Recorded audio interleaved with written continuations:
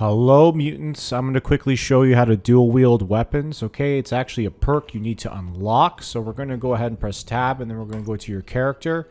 We're going to go to Wung Fu. Alright, and we got two of them that you need to unlock. You gotta go to close combat, and then you'll see dual wield melee, and then the twin silver grip. Go ahead and unlock that, and then we're going to go ahead and go back, and we're going to go to range combat, dual wield guns, and two-face cobra grip. Okay, we're going to need both of those. Keep in mind that, and then after when you want to equip the weapons, go to your gear, and then you can click on your offhand, and you'll be able to put the weapons on either side. I actually don't have any one-handed weapons yet, so I can't actually dual wield. But once you have some one-handed guns and one-handed melee weapons, you'll be able to dual wield on both hands. So you equip them on either hand in your inventory. Okay, that's it. If this video helped you, please like it. Don't subscribe to me.